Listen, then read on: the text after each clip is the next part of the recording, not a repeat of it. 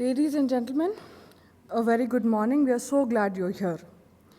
We welcome our guest, Professor Sam Basu, Professor, Department of Economics, Finance and Global Business, William Paterson University, New Jersey, USA. Our Director, Professor R.K. Mishra, Professor Murthy, our Dean, our Registrar, our faculty colleagues, coordinator colleagues, and a very warm welcome to the students of batch of 2020. We very warmly welcome you here, the students, to the second year of your innings at IPE. I would now request our Director and Dean, along with the guests, to please come onto the dais. Thank you, sirs. I would request Srimati J. Kiranmai to please welcome the guest with a bouquet. I request Dr. Lakshmi Kumari to please welcome our Director, Professor R.K. Mishra, with a bouquet. And I request Dr. Shangrila Mishra to welcome our Dean with a bouquet.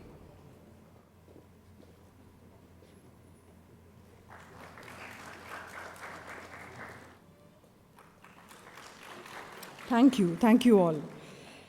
We welcome our guests here, and we thank you, sir, for being here and taking time out. I would now request our director, Professor R.K. Mishra, to give away the welcome address. I would now want to introduce our guest to you. Professor N. Sam Basu is a tenured professor of finance and a former dean of the Kotsakos College of Business at William Paterson University. Prior to coming to William Paterson in 2006, he was attached to California State University as tenured professor of finance between 1988 and 2006. Dr. Basu has over 35 years of academic and professional experience and published a book called Strategic Commercial Bank Management, published by John Wiley in 1995, a book well received by the banking community in the US and abroad. He was a Fulbright scholar in India from 2000 to 2001 on the topic Economic Deregulation in India. In addition to his academic career, Dr. Basu has had a long and varied involvement with business and industry. He is also a member of the founding group of an offshore fiber optic company. He has been an independent consultant in the area of banking, finance advisory, valuation, and intersection of strategy and finance. A truly global personnel, Dr. Basu has had working, teaching, consulting experience in North America, Europe, China, India, as well as Latin America. He is a multilingual and multicultural leader and has a diverse global team for a variety of products. We really welcome you here, sir. It's been an honor for us at IP to have you here. I would now request our director, Professor R.K. Mishra, who always carries his heart to work, to come and address the gathering. Thank you, Professor Pratna, Professor Basu, Professor Murthy, my colleagues here, and friends. Great moment. Please join me in giving a big round of applause to Professor Basu. In Professor Basu, you find a great friend of India, a person who believes in cultural diversity, a person who is very deep in economics and finance, and as Pratna has just pointed out, a globe-trotter. I don't think many countries have escaped, travel from Professor Basu. Not only that, he has advanced many disciplines. Not only economics, commerce, finance, but even related disciplines. And his contribution is held very high. When we talk of banking reforms, you have been seeing what is the condition of banking in our country. Around 1995 itself, when he started talking about deregulation, he was a man who was commenting very often on Sarbanes-Oxley. And for Sarbanes-Oxley, which rules the roost in the world. When we talk of banking, insurance, finance, IPOs, when we talk of NPAs, when we talk of distribution of credit, any amount of thing, when we talk of banking, Professor Basu's work is held very high. And in him, I think you find a person who holds professorship in two US universities. One in the West, the other one, I think, when you talk of New Jersey. And New Jersey went on invitation. He was in Cal State University for not 1 or 2 years, for a very long spell of years. And that was all because around that time, he started the movement of deregulation. And that deregulation movement, though it started way back from somewhere else in Europe, but then it caught up very well in China, and from China it spread very, very fast to different parts of the world. And India was one which learned a lot, I think, from the deregulation of economy. And we have had the opportunity of working with Professor Basu, not for 1 or 2 years. I think for the first time that I met Professor Basu in 2020, not 20, 2000. So we know, I know him. And we, I think, all know, I think Hyderabadis know him for the last 20 years. Among many destinations in the world where he travels, Hyderabad is one destination. He likes to come here, meet. And IP is one of the most preferred institutions, I would say, for Basu, Dr. Basu, because he thinks that that's an institution where faculty can grow, where students can receive the latest wisdom, the latest information, the latest analysis, the latest current in the area of economics, finance, and banking. And he has come all the way from China. He was traveling. He traveled from US. He was in China for last week. He was for about 15 days or 10 days in China, doing a very, very huge get-together and seminar and discussion. And that was a very important topic. That was the role of higher education institutions in employment. Higher education institutions will, mean any number of things: universities, public, private, deemed universities, foreign universities, institutions of, eminence. All that will come. We have such 1,500 universities, 910 universities in India. Maybe we will touch very soon 1,500. We have 5,000 colleges. In all, I think we have 45,000 higher educational institutions in our country, turning out, I think, more than a million number of graduates. We are number second or third in the world. But the question is that, do you give education which is not only there to liberate you from the bondage of the world, but also to enable you to remain in this world and have your own, 2 times, square meals, and also support people who depend on you, I think. Therefore, I think jobs and employment become very, very important. Employment scenario is very, very interesting. Our capital intensity is increasing. For 1 crore, earlier we were producing 3 jobs. Now for 1 crore, we produce 1 job. So you can understand now, growth is increasing in this country, but employment is not increasing at that rate because productivity and capital intensity of the economy has increased tremendously. That's a very, very big issue. So the question is that where our youngsters should go. Yes, still there are areas in agriculture, still there are areas in services, still there are areas in foreign trade where there are jobs. One can go, I think, Indians, because of skills, I think, the kind of skills that you get, knowledge skill, application skills, thinking skills, skills of presentation, skill of, taking the life, I think, with a very, very tough hand. Indians, I think, they have good chances, I think, within the country and abroad. So, please again, once join me in giving a big clap to Professor Basu. Professor Basu has agreed and very kindly consented to be with us during this week. So, in this week, you'll benefit more than once. He might address you in some classes. We may have a bigger kind of congregation where we can bring in the first year also, and we can have some discussion. Then we'll have a group here. We'll have a Vice Chancellor from Haryana coming here. We'll have an IM professor coming here. We'll have a professor of an ISAN Institute coming here.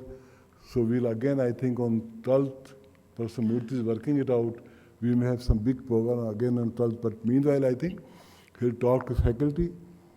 He'll talk with all of you here. He'll address the first year. He will have joint session with you and with the second year. And he will have again, I think, with these 3 professors, experts coming, you'll again join. So you'll have, I think, one full week of great interest, week where you can receive as much as you want, week where you can have good interaction with Professor Basu. And I think many of you will be traveling to US to see Professor Basu in action even there too. Thank you so much. Thank you, sir. Thank you for throwing more light on Professor Basu's profile and the global aura that he has. We now request Professor Basu to please give away the inaugural address for the batch 2020. Sir. Good morning. Subhodayam. Namaskar.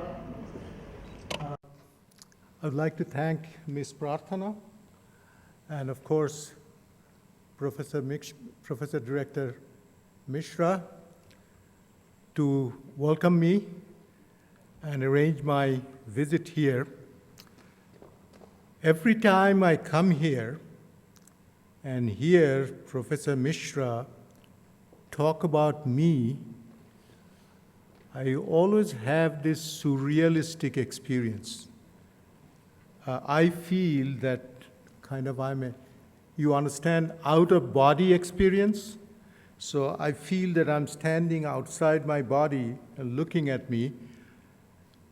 The way he speaks about myself, I don't think it is me at all. So he's talking about some other person.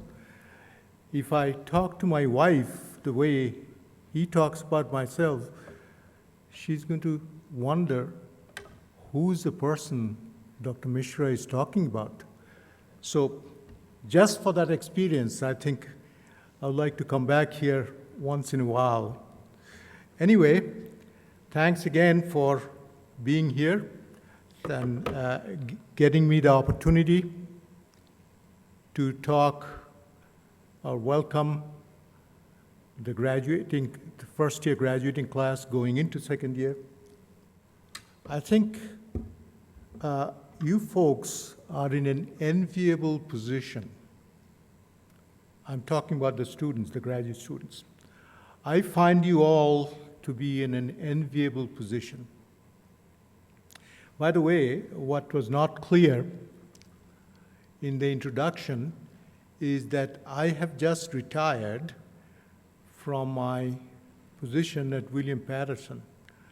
One of the principal reasons I retired is because my home was in California. I never left my home in California, home and family and all of that. So I commuted, not every day, of course. Every once in a while I could. And that became too much as I aged more and more. So I decided, this is it. Let me be out. I do not know if you know that in the US, there is no retirement age for a few professions. And faculty, academic faculty, happens to be one of them. Academic faculty, Supreme Court justices, some other justices, and a few professions like this, they do not have any standard retirement age. I have seen faculty members, my colleagues, 80 plus, still kind of walking and delivering lectures. I have not sat in their lectures for a while, so I do not know if they're still using their old yellow notes when they went to school, but they're carrying on. Anyway, because of this distance I have between New Jersey and California and the need to commute, made me stop. So I'm back to California and I'll be doing other things. I decided to take time off for this year, 2019. And my wife has given me very clear guidelines. Most of you, the senior people, are, I understand, family people, married people. So what do you think happens when your wife gives you guidelines? They're not guidelines. They're direct orders, like from the commanding general that direct orders, so you do it. So I've been told that this China thing is the last one this time, China-India thing is the last one this time, and the rest of the year, she had a long list of things, so that's what I'm doing. Do not know them yet, but that's what I'll be doing. Coming back to you, why do I feel that you are so fortunate? Because I get the feeling looking at you that you are at the particular point of takeoff, like a rocket ship. You know, takeoff. It's a rocket ship in search of new vistas, new places, new vistas to observe and learn from. Indeed, I think the completion of your degree here next year, right? Yes. Next year would be basically just the beginning of a longer journey of higher learning. I think that is critical in today's age. I'll come back to it throughout my speech later on. You have new lands to conquer. Dr. Mishra was talking about my being a globetrotter. Indeed, I have been very fortunate. I never expected this. By the way, when I graduated from my undergraduate institution, which was IIT KGP, and never had any idea. In fact, I always thought I was kind of a little dumb on a lot of things. So I never thought about what life might have in store for me, or what specific plans I should have. I never had any idea of getting married and things like that. Never thought about that. Things kind of happened, and fortunately, they seem to have happened in a conducive way for me. But coming back to the globetrotting, I consider that just traveling and being exposed to a different culture, if nothing else, a great learning by itself. And I have been able to travel to, I think, all the continents by now. Limited, very limited in Africa, only East Africa. And I've been to Australia and Europe, of course, Latin America, and Latin and Central America, and the US. The diversity in people, diversity in behavior, diversity in culture, and from a professional point of view, diversity how people approach the job, approach the profession is incredible. I don't know how much you know in Spain and parts of Latin America, less now, but Spain particularly, there is a siesta time. Do you know of this? What do you think siesta is? Who would tell me that? Students. Siesta, Spanish word.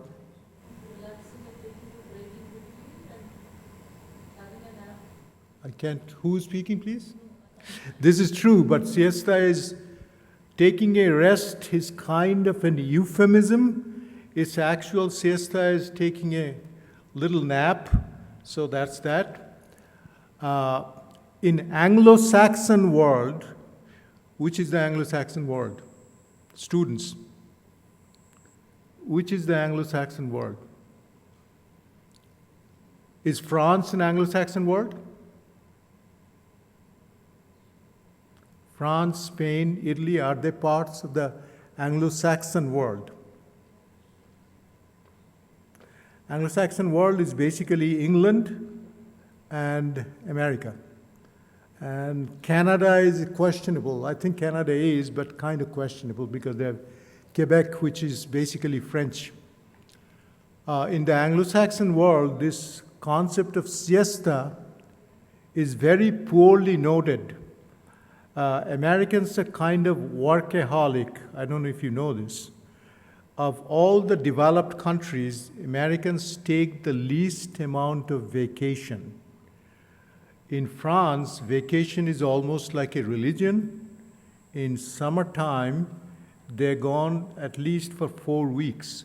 If you want to visit Paris, my suggestion would be visit in August, because in August, hardly any Frenchman who's any Frenchman is not around. They're gone someplace.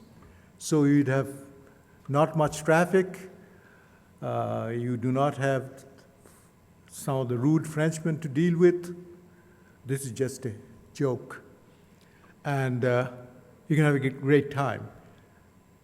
But while the French is a national pastime to take about 4 weeks of vacation, Americans hardly take, average American, hardly take even 2 weeks, even if it's given to them. Most kind of people would have at least 2 weeks of vacation coming, but sometimes they don't take it. And I'm sorry, I don't know if I should say sorry or happy. I'm sorry to say, when I was in the banking industry, in the corporate sector, I had 4 weeks of vacation coming, and the only time I took 4 weeks of vacation was when I went to India one time. And even then, people in the bank, my colleagues and so forth, kind of grumbled. What kind of a job you have that you can afford to take 4 weeks of vacation? So, okay. So Americans and the Anglo-Saxon world have a dim view of taking this siesta. But Spaniards and some people in Latin America take the siesta. They come back from lunch. Usually they go home. And they come back from home maybe around 3 o'clock or something, and they work till 7 or 8. And they have late lunches at home, late dinners at home, maybe about 10 o'clock or something. Kind of little bit like the last part is kind of little bit like the Indian habit. I don't know what dinner time in Hyderabad is, but in 8:30. In traditional Bengali culture, traditional is the key word here. Calcutta is divided in north and south, but there is a greater mental divide. In the North Calcutta, we call typical Caucasians. They're kind of looking back. That part of the world, dinner time is not before 10 o'clock. So, just that. So, cultural divide. But the point is that a lot of studies now have shown that actually taking a siesta and going back, maybe not stretching it to 8 o'clock, but maybe to 7 o'clock, is actually much better way to enhance productivity and keep sanity. You need a balance. You keep talking about work-life balance. Often that remains a challenge and concept in textbooks, particularly in OB and HR-related books and texts and so forth, courses. But more and more concrete evidence seems to come out and support the fact that, yes, this is a better way to have work-life balance and indeed increase productivity in the professional side itself. So we need to be careful about coming to a quick judgment about cultural, cross-cultural issues till we find, there's an old Indian saying, this is not our Indian, this is Native American, whom used to call Red Indian before. They don't use the term anymore. But there is a Native American saying that unless you walk a mile in somebody else's moccasins is the Indian word for shoes. We developed a style of shoes, at least when I was growing up here, You could get it in Bata called moccasins. I didn't know what the word meant at that time. But the Native American saying is that unless you walk a mile in somebody else's moccasins, you do not have the right to comment on his behalf. So it comes to the same thing with respect to siesta. So much for that part. I think, again, coming back to, from my standpoint, your enviable position. You're just starting your life. And as I said, I've just retired. So I still find it very exciting to be in your shoes, in your moccasins, so to say. You have new peaks to climb, new relations to develop, and maintain. Talking about the relationships, this is usually not taught. I do not know the curriculum at IPE, but normally they're not taught, certainly on a hands-on basis, in business schools or elsewhere. But the Chinese have a good name for it. It's called guanxi. Guanxi means relationship, basically. Relationship, both professional, in the Chinese case, as in the Indian case. The relationship transcends into personal. I would hope that the relationship with Professor Mishra has transcended into some personal relationship also. So it's guanxi is a critical factor in big business and small business in China and Taiwan, I mean Chinese culture, that is. Because a lot of things happen because of guanxi, and that is used in a conducive as a catalyst to develop further business relationship. So this is something that I would strongly advise that, although not in the textbooks, one should strive to develop that. I believe Indian culture is highly conducive to it because we all grew up, like you are growing up, in trying to respect other people and relationships and so forth. And India, I think, is a great country to do that. Probably the best country to do it because we grow up having had to speak several languages. I don't know, when I was growing up in higher secondary, I think was 3.5 languages, and half was Sanskrit. And I don't know how many you folks do now, at least 3, I would imagine. So because of this, I think I find India to have a natural advantage in this kind of cross-cultural guanxi, because you have to get along with people from the north, you have to get along with people from the west, you have to get along with people from the south, well, you are south central, you have to get along with people from the east, and so forth. So there's a natural, I think, phenomenon here that we have to get along in the right way with people from all parts of India. And I don't know if you notice this or if you relate this fact, as I'll mention right now, to this innate ability of Indians to be flexible across cultures. Notice, take the US. US to me is kind of the microcosm of the global world, particularly in the business way. Notice how many people, how many CEOs are head of US companies. Take Silicon Valley, for example. Leading companies, Microsoft, one of your own being in Hyderabad. Isn't he from Hyderabad? Yeah. So I went to Osmania, I think, right? Or Central University? Satya Nadella. The school is Hyderabad, but he's from Bangalore. Hyderabad Public, yes, yes. He's only one example. Google, Sundar Pichai, Adobe, and a whole bunch of others, the smaller institutions and companies. The dean of the Harvard Business School is an Indian.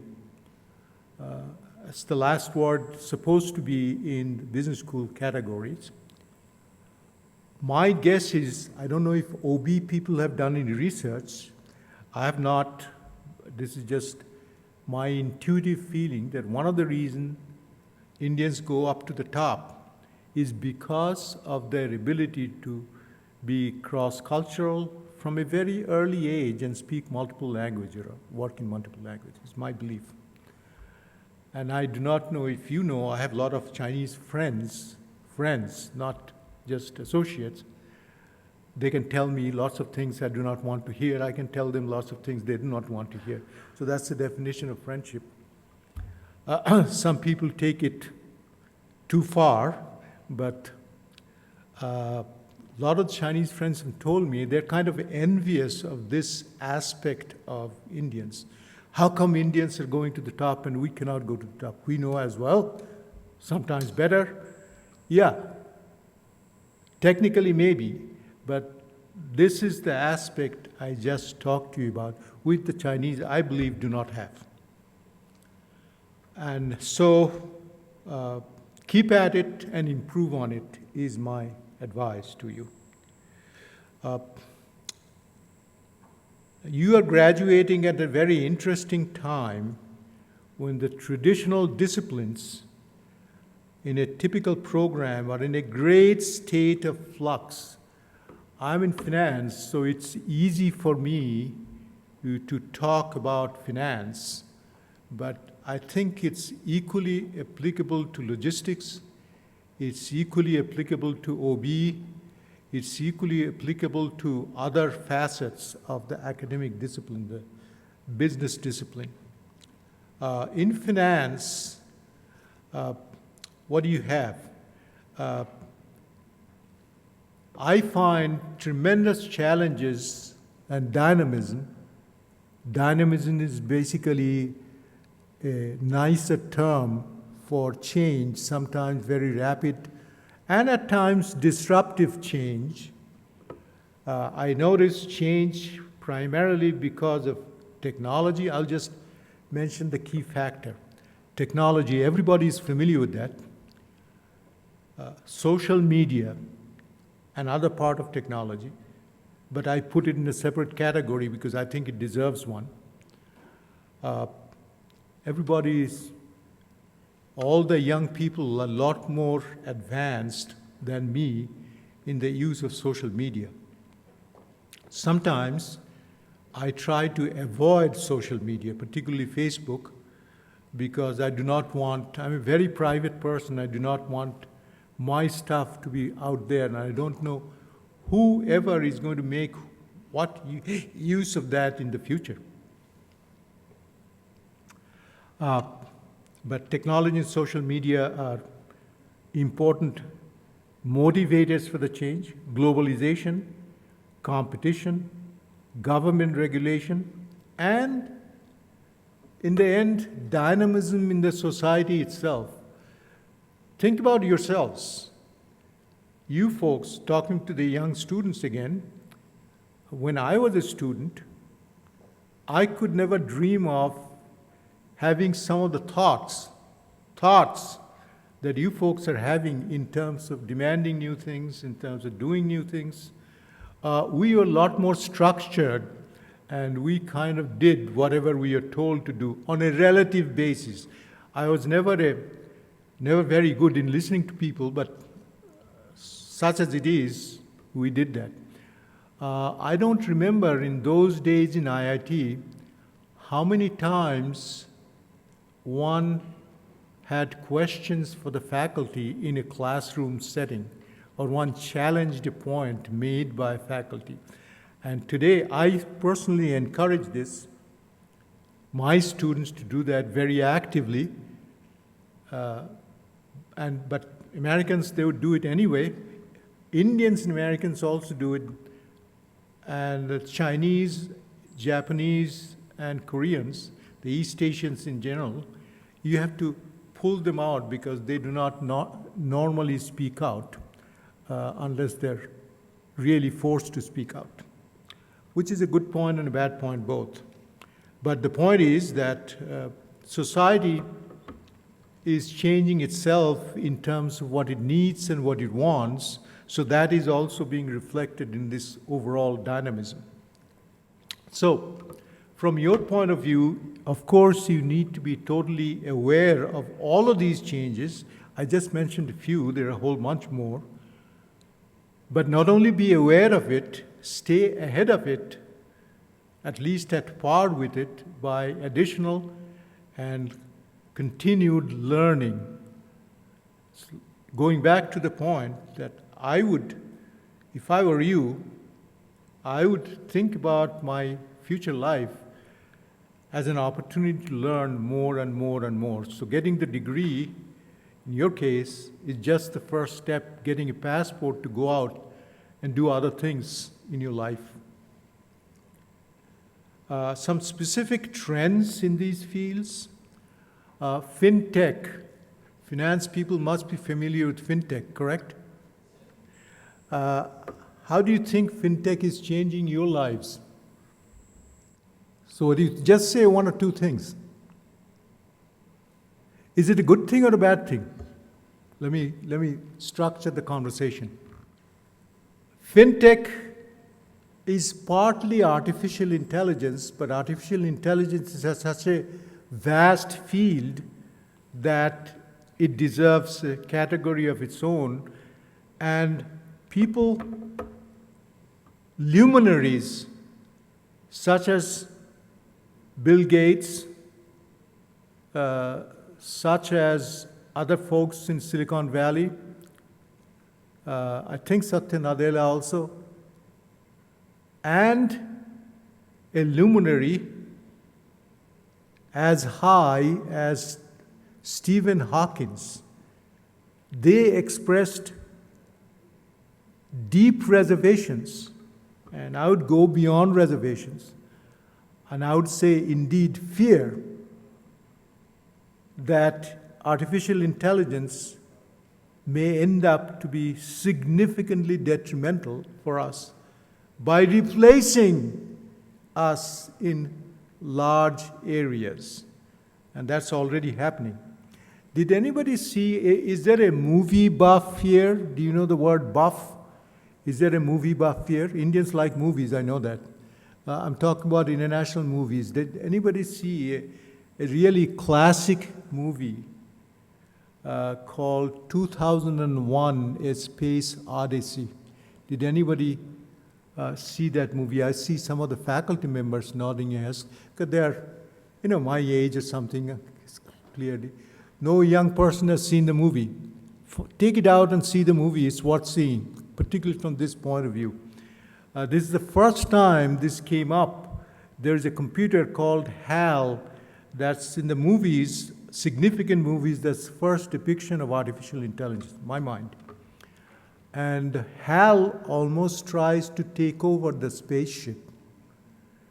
And so there is a conflict resulting and going to a tussle between the human space commander and HAL. And more complicated version of this might happen according to people like Bill Gates, who should know something about this, and Stephen Hawking, who can so beyond almost most of us can see, right? So be very careful about that, but be aware of it and adjust your professional careers, learning to keep up with that. Have you seen uses of artificial intelligence in finance already? If you don't answer the question, I'll keep this in mind for a class when I see you. I have 90-minute class, right? We'll have plenty of questions for 90 minutes. Let me come to the bottom line of this part.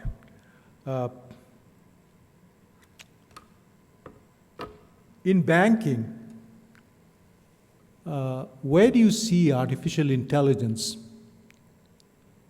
kind of making a deep impact as far as you are concerned? How is credit screening done here? Who is a finance person in the faculty? We have a software agency which does the CIBIL scoring for individuals. And it is automatically done tagged with the PAN card and Aadhaar. Okay. In the US and other parts, it's called FICO score, F-I-C-O, FICO score. The full word is not relevant for you. FICO score, I think it's kind of like your CIBIL score, right? And that has become basically algorithm-driven. Algorithm-driven is the first stage of artificial intelligence, okay? Algorithm-driven process. So what is remaining? What is left out? What is left out is basically the personal involvement of the borrower and the lender. Okay, in banking, in my book too, in traditional banking, we used to talk about 5 C's, and the last C, like credit, like capacity, like capital, and all of that. The last C was character, and that is not showing up in the financial statements. That's showing up in the past behavior and examples from life, and actually examples, solid examples, tangible examples that shows character of the person. And to some people, some bankers, that is a very important issue. This character thing, I think, has been left out in most of the algorithms that I am familiar with. Would you agree with me? I do not know the CIBIL algorithm, but I would expect it's not there.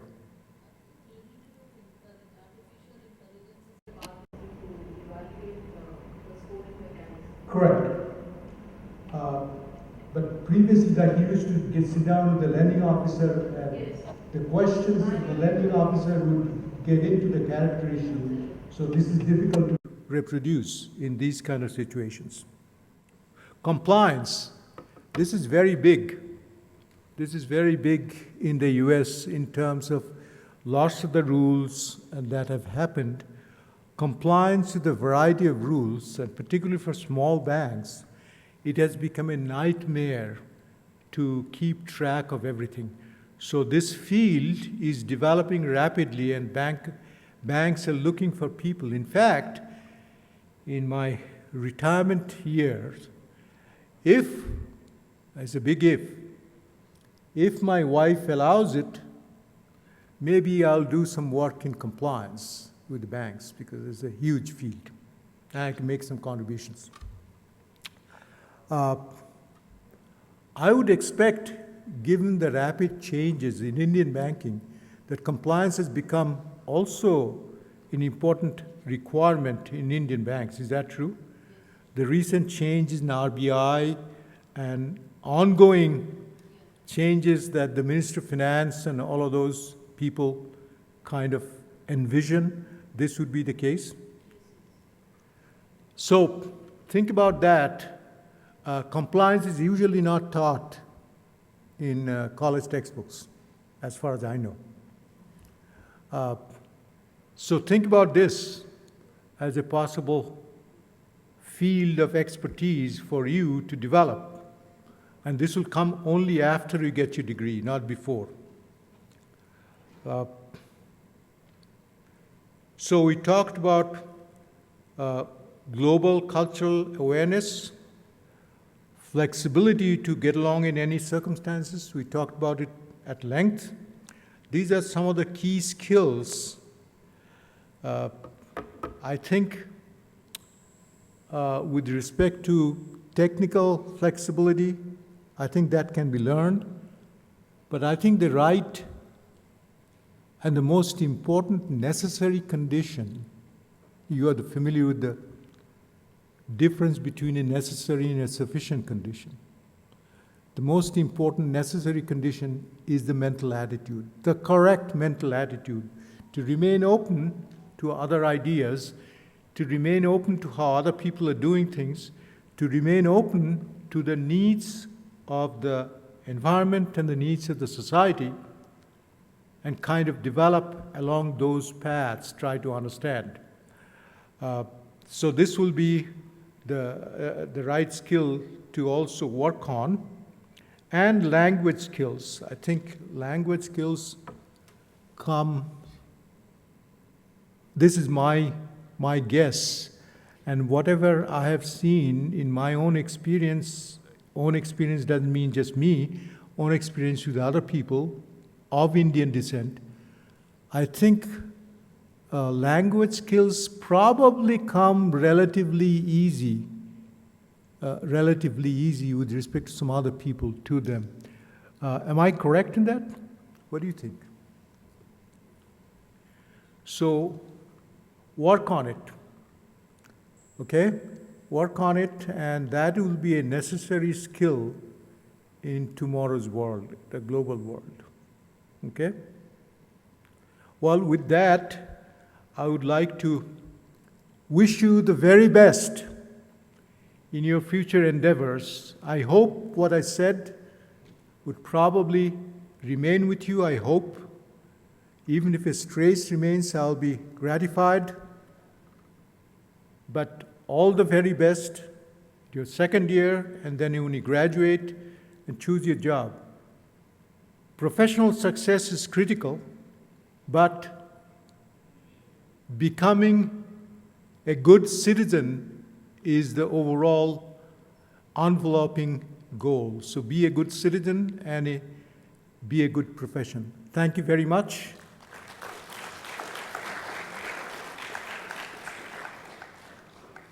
If there is any question, kind of brief question, I would like to invite that at this time. Thank you. It was wonderful hearing you, Professor Basu. I have a small question regarding the AI taking up the lead role, and how do we see mankind if AI is going to be the key functioning kind of an area for us to sustain over a period of time? And I know it is quite silly to say this, but I've seen a lot of videos of Mr. Sundar Pichaiya making Google to be an AI-driven. And how do we see the professional networks of being finance, OB, etc., to take a lead, taking AI as a main focused domain? So if you can just throw some light on this.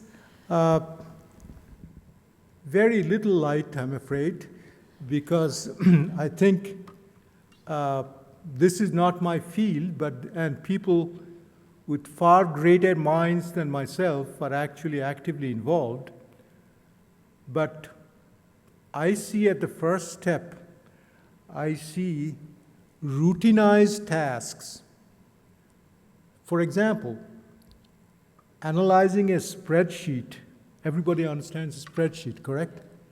We're talking about a financial spreadsheet.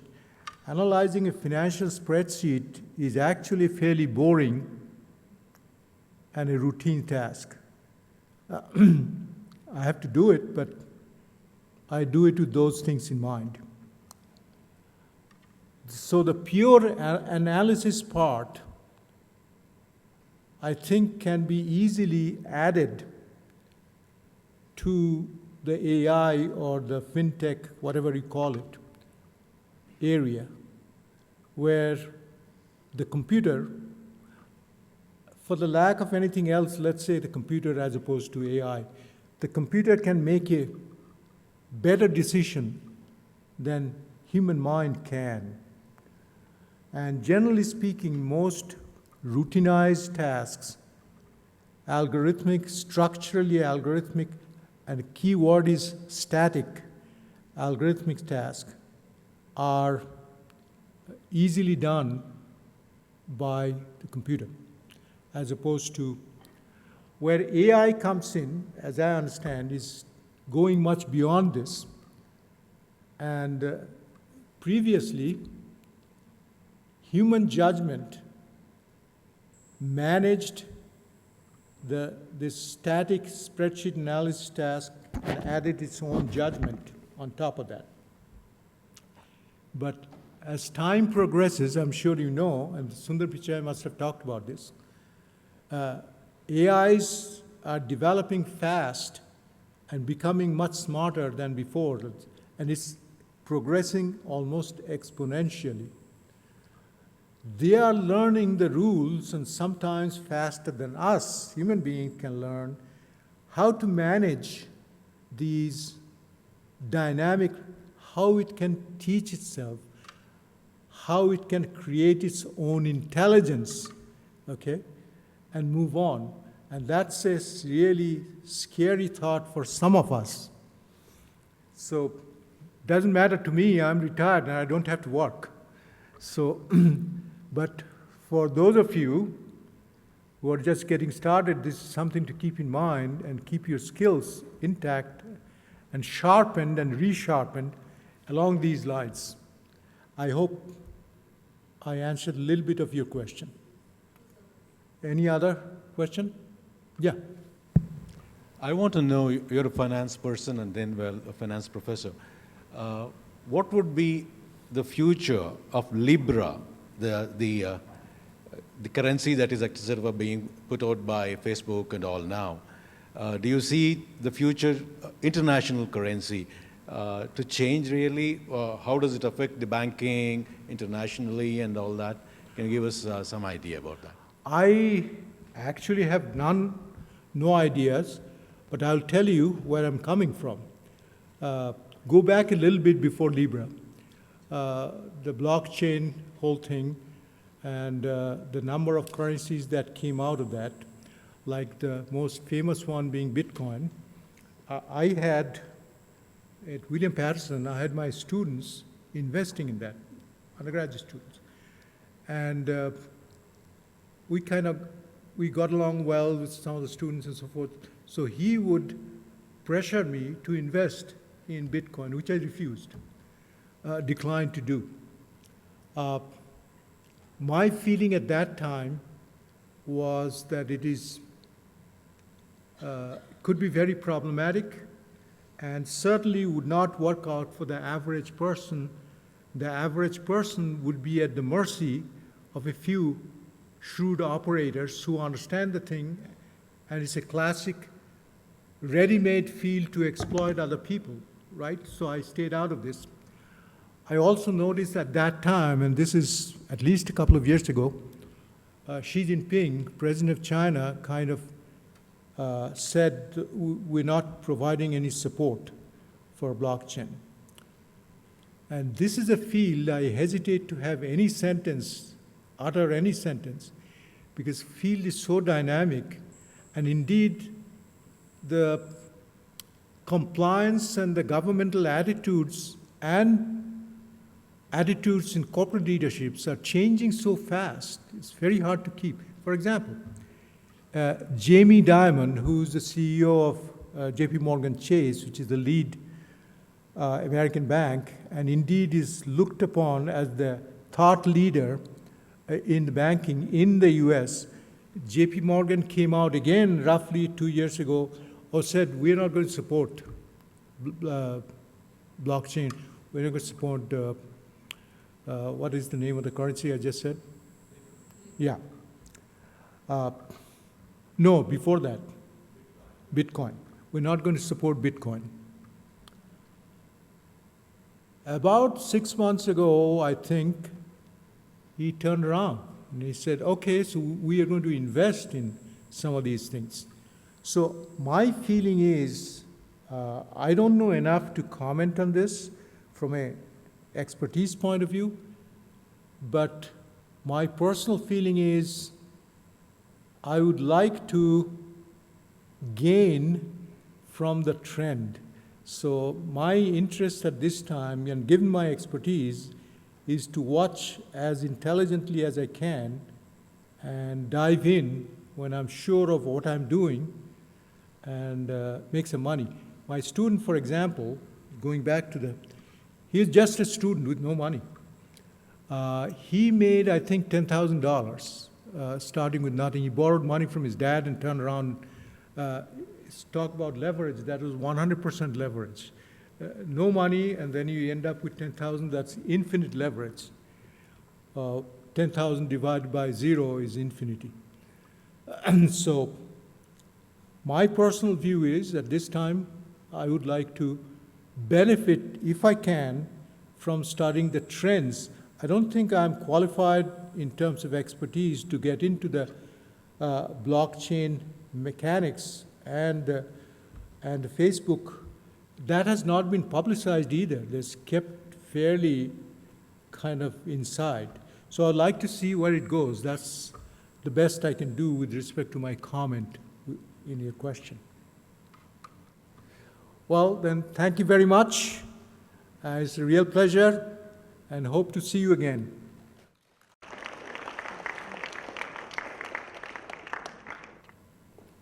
Thank you, sir. It has been really a humbling experience to listen to your experiences throughout, and I'm sure all of us have been richly value added, because sitting here, right here at Hyderabad and IP campus, we get the world gyan here. I mean, I could learn so many of the vocabulary. And what is that? Guanshi. If I'm right with my pronunciation. Sir, I guarantee you that anybody who's in touch with our Professor Mishra does form a Guanshi with him. So thank you so much, sir, for adding so much of value to us. I would request our Professor Mishra to present a memento to our guest as a token of gratitude and appreciation.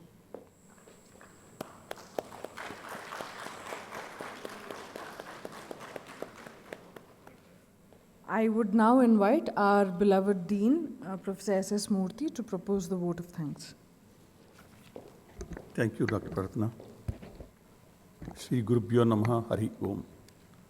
Respected Chief Guest, Professor Shyam Basu, Professor, Department of Economics, Finance and Global Business, William Paterson University, New Jersey, USA. Respected Director, my esteemed colleagues, Professor Kiran Mayi, Registrar, and all my faculty colleagues, and my dear students, second year students. We are really fortunate to have Professor Shyam Basu today addressing you. Very busy person, but on the request of our director, he readily agreed. He came only yesterday night. He readily agreed to address you. So really fortunate. Please give a big round of applause for his valuable time. That shows the amount of affection he has got for the institute and the students of IP and the director and faculty. 2000, almost 20 years back visited, but the memories are still alive, sir. We still remember the quality time you have spent with faculty, students in Osmania University campus, and later, and also Shamirpet campus, giving valuable advice. It is always fortunate to have a great personality like Professor Shyam Basu guiding us in every aspect. We feel strength in that. A globetrotter, as Professor Mishra ji said, he has clearly told the lessons he has learned being a globetrotter. I think it should motivate you to develop skills and knowledge. The various areas he has emphasized as students of second years when you complete the course. What are the various areas you should be ready with so that you can grab opportunities? He has discussed many points. As he was telling, being globetrotter, you will be able to have understanding about the cross-culture management, behavior, attitudes, why Indians are succeeding in USA and other countries. Indians, though they are not doing very well in India, when they go abroad, they are doing excellent work. That means the focus is the main thing. You are not disturbed by the routine things here. When you go out, you are having focus and you are in a competitive environment. And also you feel that your ideas are accepted and recognized. As he has been quoting the examples of Indian Indian CEOs who have made great mark, Sundar Pichai, Satya Nadella, and there are so many others, Indra Nooyi, and so many people who have made mark, and they are Indian CEOs successful abroad, everywhere. Then you should be aware of the disruptive changes in technology. What is happening in social media, globalization, competition, and you should be ahead of it. You should be aware of it and also ahead of these changes. How is it possible? In addition to the classroom inputs, listening to lectures like this will broaden your horizon. Understanding what is happening around you. Imagine every day is important. Every day is important. The people present here are fortunate to get wisdom and knowledge from Professor Shyam Basu. We're really fortunate that he has agreed to be with us for a week and address the students on important areas of finance, banking, and the recent trends that are happening. And he stressed upon your role in fintech world, artificial intelligence, blockchain concept, Bitcoin, and so many developments are taking place. It is not only the skill, it is also character. Be a good professional and also be a good human being, be a good citizen. I think it's a great piece of advice. Please give a big round of applause to again the Shyam Basu. A person with his rich experience giving valuable advice to you. Take it and see that you are implementing in your second year stay here. Attend the various lectures we are going to arrange. And we are happy to say that with the initiative of director, and we have introduced many electives for you. Earlier, we were giving only 4. Finance means only a limited 4. Now we have given you the choice. And you have taken options. And under that, we are offering 4 under each specialization. Another 4 next year. The choice has increased. Why we are doing this? Because we should provide variety in learning, wide variety. Some of you may take up it as a profession, the area you have chosen, and take keen interest and also do some certificate courses which can supplement so that when a recruiter comes to the campus, you are having already certifications in financial market, risk management, and important areas, and study those subjects. Dear friends, listening to the faculty is the best solution I can say. If you are really intelligent, you will not waste your time. Be attentive, listen to the faculty, and then read the newspapers, and be abreast with developments. That is going to be success. Companies may come, but only few people will be selected. Why? Because they find those 10, 20 people are better than the remaining lot. So can you be there in the best 10? In every time a company comes for recruitment, you should try to be amongst the top 10. And that will not happen just 1 or 2 days before the company comes to the campus. Gradually, you have to update your knowledge, skill, your understanding about the environment, government policy, and management education, every aspect. We are hopeful that you are going to do very well in the second year, and we are certainly thankful to Prof. Shyam Basu, who has agreed to be with us for a week and help us in talking about the trends in finance, banking, and financial services. Thank you once again, sir, on behalf of the director, on my personal behalf, and on behalf of the faculty and the students present here. I would like to thank our director, Professor Mishra ji, who always believes that we should bring many number of people, intellectuals, policy makers, decision makers, and you have been benefited. You have been benefited. Your juniors are there around the campus. Motivate them. How IP is different. How your club activities can help them in molding themselves. Time is very short in a trimester system. Every day is valuable. We have to run against the time. We have to complete 3 trimesters. By August, September, your placements will start. But never compromise on learning process. So please give a big round of applause to our director who has been helping us, guiding us in all these academic initiatives. I would like to thank Dr. Prarthana for the nice comparing. Would like to thank all my course coordinators and Kiran Mai and everyone present here, faculty, Professor Anjaraj was here, Professor Manta, and we have Professor Prashant Kumar, Professor Mishra, Professor Ashish, Professor Pavan, Professor Anil Kumar, Professor Lakshmi, Professor Kiran Mai, Professor Manta, and Swayam, Professor Swayam, and Professor Sinju Sarkar, and Professor N.G. Satish. I think I can see.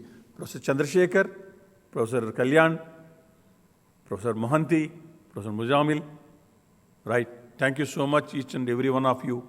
Take stock of what has happened in the 2 months you have spent with the industry and what is that we should do in the next coming year so that everyone is ready for the placements and every other activity. Thank you, one and all. Thank you.